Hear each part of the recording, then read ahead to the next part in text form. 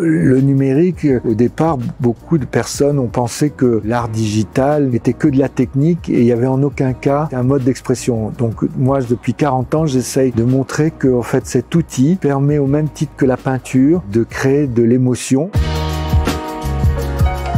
Je m'appelle Miguel Chevalier, en fait je suis un artiste qui travaille depuis une quarantaine d'années avec les outils numériques et ces outils me servent aujourd'hui à faire des créations qu'on appelle des installations qui sont à la fois des œuvres génératives, c'est-à-dire des œuvres qui évoluent avec le temps mais qui aussi sont interactives, c'est-à-dire que les personnes peuvent interagir avec des univers virtuels. En parallèle de ce travail autour du virtuel, il y a aussi toute une série d'œuvres qui sont des œuvres fixes, des œuvres qui matérialisent le virtuel. J'essaie d'être de mon temps avec les outils de mon temps. Je parle du monde qui est le nôtre aujourd'hui et notamment sur la question des pixels puisque c'est ce qui fait la spécificité de la création numérique et en quoi ces pixels sont différents et ont des liens avec la peinture, la photo ou la vidéo. Thomas Roussel a commencé une expérience de longue date dans le domaine de la musique, un petit peu moins dans le domaine des arts numériques et de l'interactivité, mais je pense que justement comme il a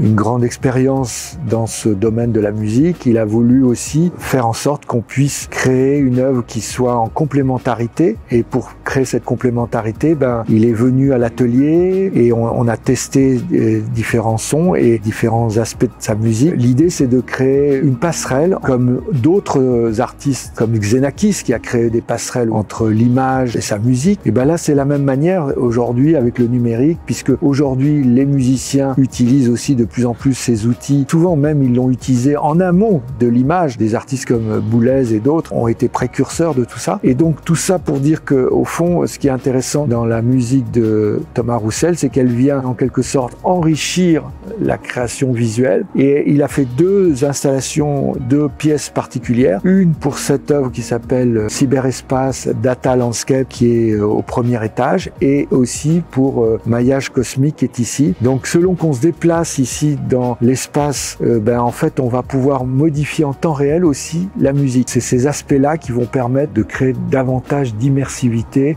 à la fois dans l'image et avec cette musique.